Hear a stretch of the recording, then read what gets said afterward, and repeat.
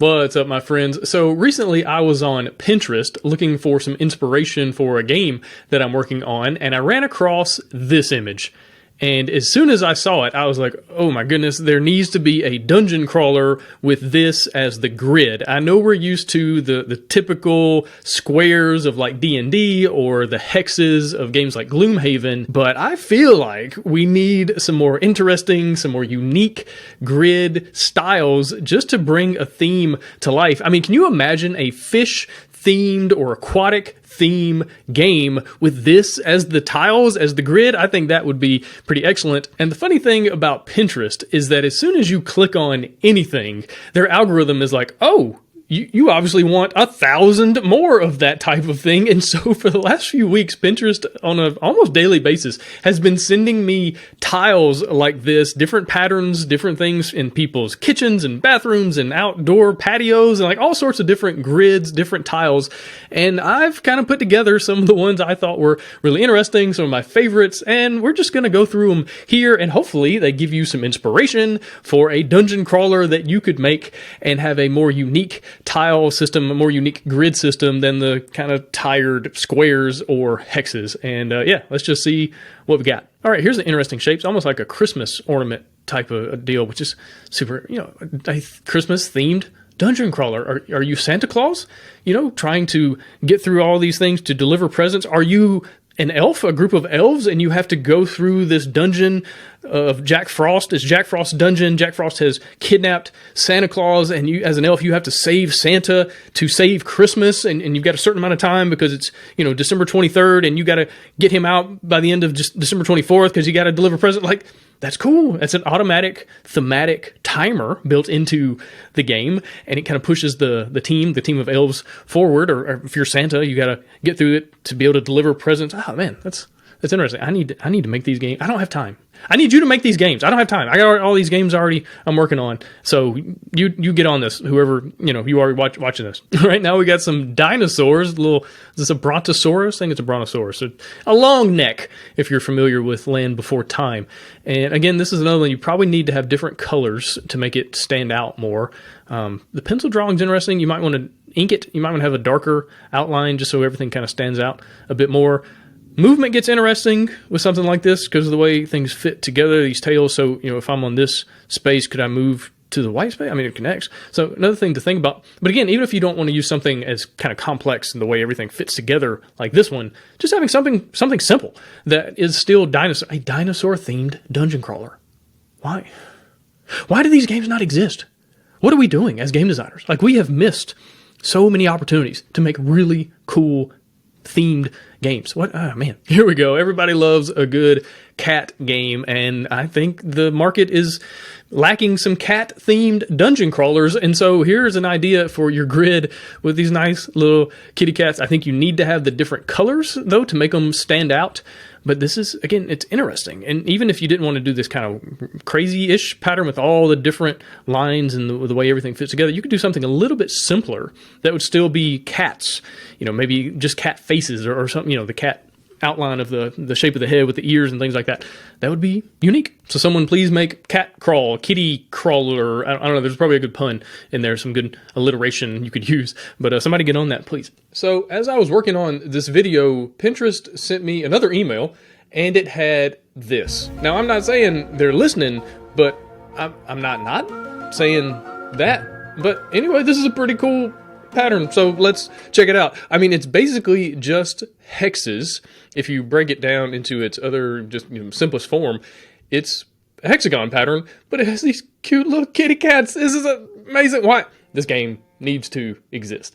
And so somebody get on this and please make a cat crawl game. This would be phenomenal. You might need to make some of this like grayscale or just not quite as dark, so it's not quite as overwhelming. If you look at the bigger version, I mean, that's a little bit overwhelming. Just also amazingly cute and awesome. And so just something to think about. Then here's another basic hex pattern, except with skulls. And so this is just another cool way that you could do a very normal game, very normal gridded game and having hexagons, but you could do it in a way that's more thematic. I mean, are you these like death knights, or, you know, are you trying to get through this dungeon of this evil necromancer or something like that? Like, this is a cool way to pattern your grid. And then to go to the complete opposite end of the spectrum, here are some butterflies. If you want to make more of a nature game, again, maybe you're these like furry, fluffy animals and you're trying to work your way through the forest or something like that. Like, this is a cool way to do, or your bugs, your insects. That makes sense.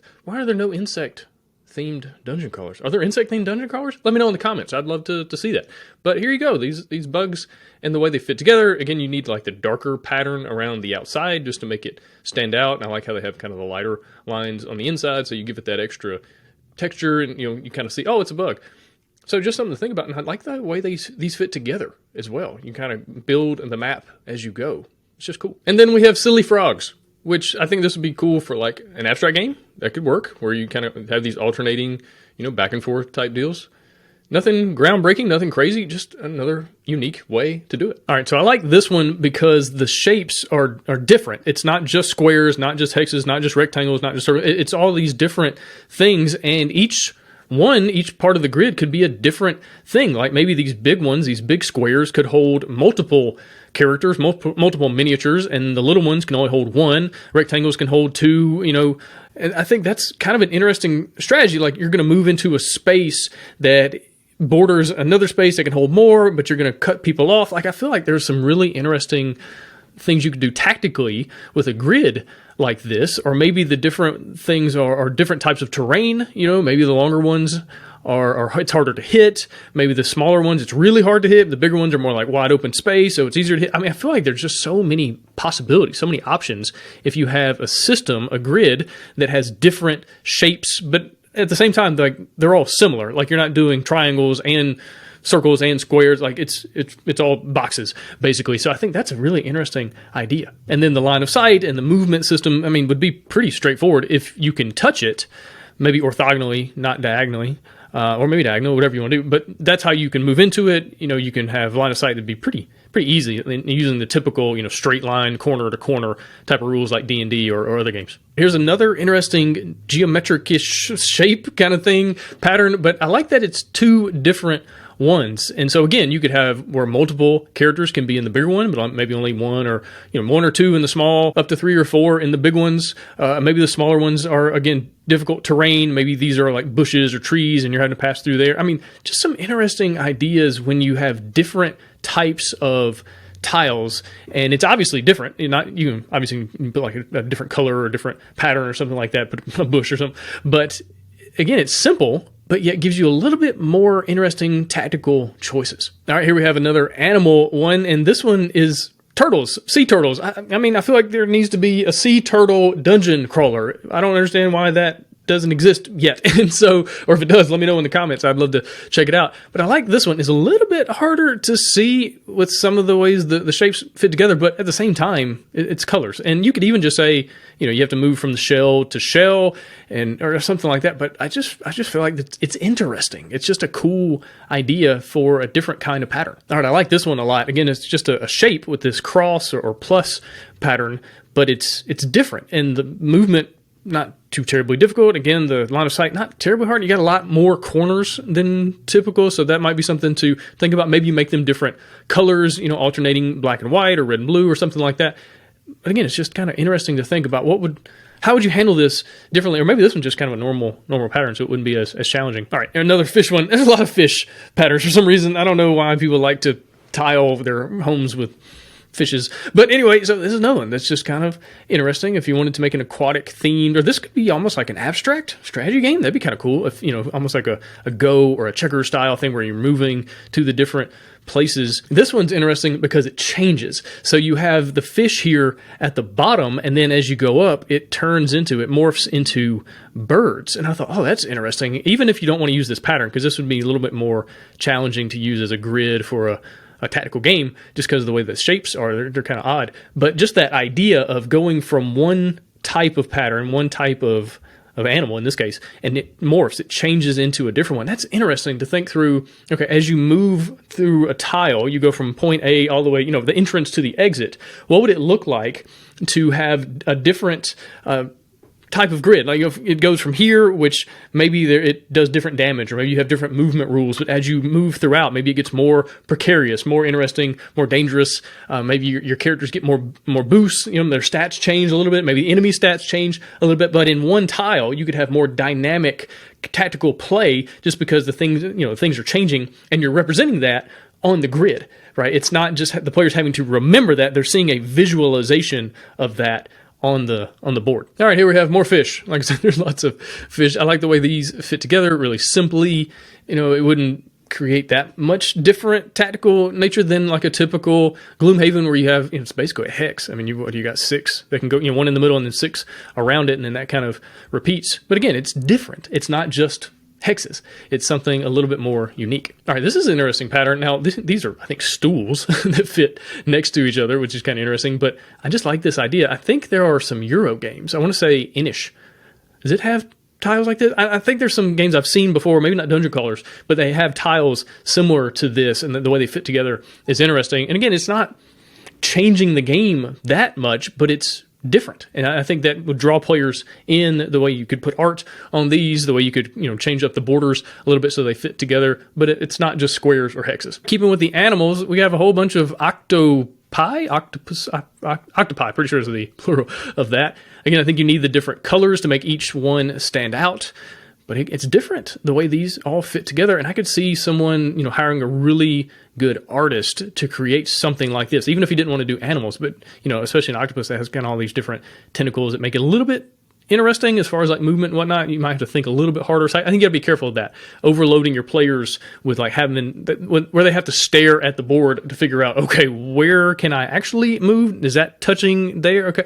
Maybe you're putting a little bit too much cognitive load just for the, moving from tile to tile or space to space idea. But again, this is kind of an interesting way to do it. And I just like the style. I like the colors. I like the kind of drawn nature of it. Another interesting geometric-ish shape. It almost looks like wood, like the way the rings of a tree are, and I think that's kind of a cool idea. If you had a lumberjack themed dungeon crawler, which also should definitely exist, where you have something like this, where the pieces fit together, but then you have this cool ring pattern there in the middle. And I like these because it's a puzzle piece, basically. And so the tiles would actually snap together. They would fit together in a way that it wouldn't move. And so, if you bump the table, if you're moving things around, maybe you put a bunch of resources on different tiles where you're not like pushing them apart, which I think can happen if you're using, hexes or squares and things like that. It's a little easier for them to slide and have gaps and things. Something like this, though, where they literally just fit together like a puzzle piece, makes it a little bit more usable as far as not having to worry about bumping into things and moving them around. All right, here we go. More animals. This platypus, platypi. I don't know the plural of this one. Platypi. We'll go with that because it doesn't sound quite as weird.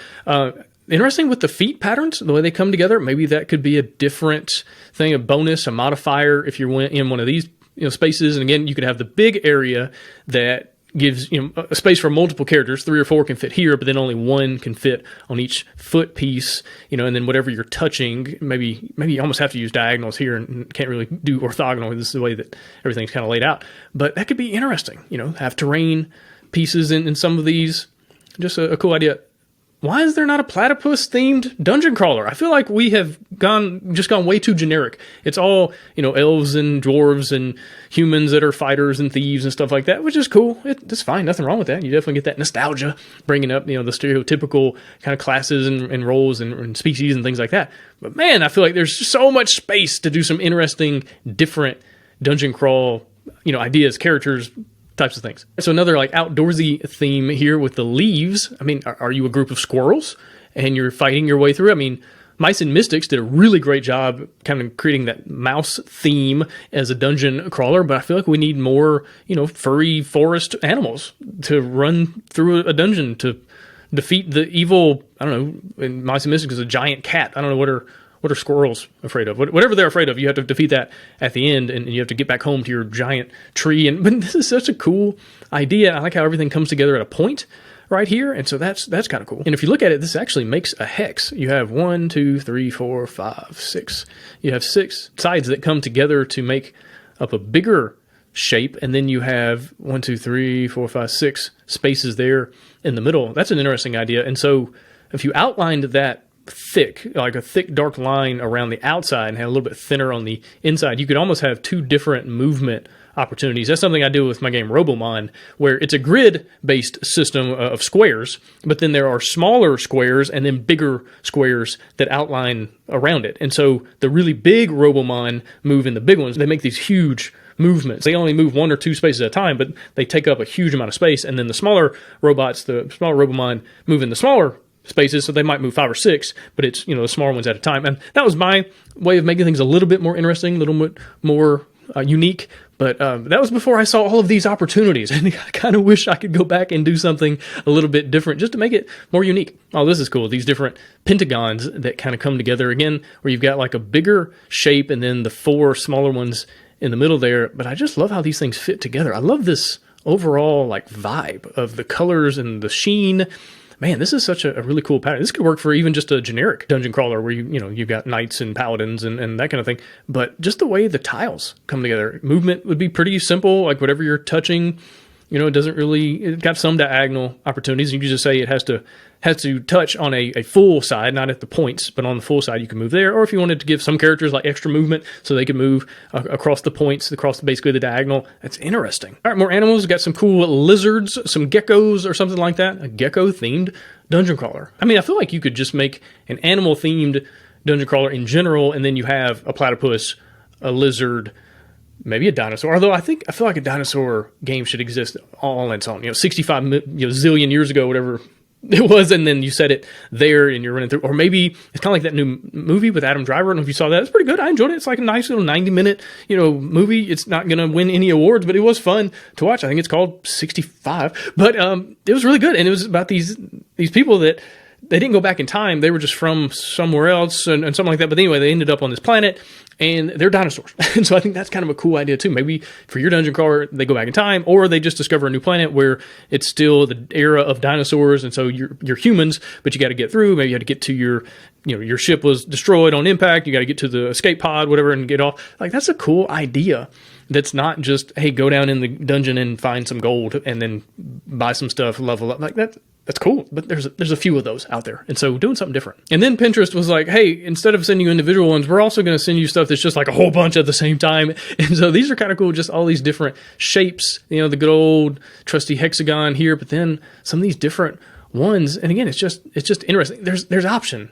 I feel like that's the main takeaway from this idea, from this video, is we don't just have to settle for squares and hexes. Like, there are so many other shapes that we could use that, even if it's just to make it unique, just make it different and not really do anything different, tactically, that's fine. But then also you have these other opportunities with the different kinds of shapes. Like you have here almost the X's and the stars. Okay, maybe the X does one thing and the star does something else. So that's a pretty simple change, right? It's nothing overwhelming to the players just to have those two different opportunities there, two different things going on. And so, yeah, that's the main thing. Just there are other options. And then here's even more options. The circle one is kind of crazy. This was kind of interesting.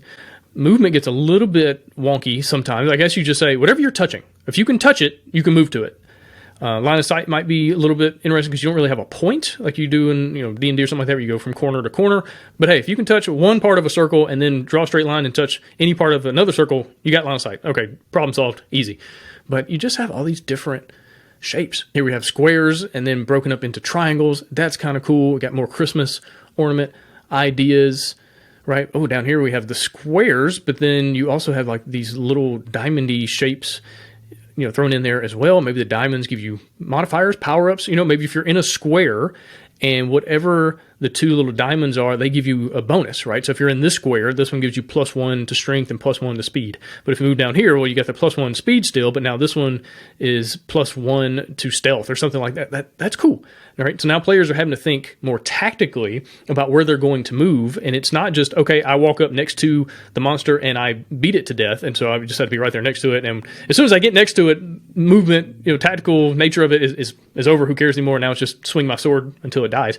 Well, now you're having to think through where you're wanting to move. And so maybe an ideal spot for your modifiers or bonuses is not necessarily an ideal spot to do damage. And so now you're having to think through, okay, what else is going on? I like that. I like the idea of that. All right, so that's the end of the list, end of the ones that I have saved. But tell me which one is your favorite down in the comments. I'd love to hear your thoughts, your ideas about how you could use a certain tile set, a certain grid in interesting ways. What type of theme would go really well with it? Again, please someone make a dinosaur-themed dungeon crawl, a platypus-themed dungeon crawl, a Christmas-themed dungeon crawl. I feel like the market needs that. The world needs that. They need you to come through for them and create these things. But anyway, thanks for watching, and I'll see you in the next one.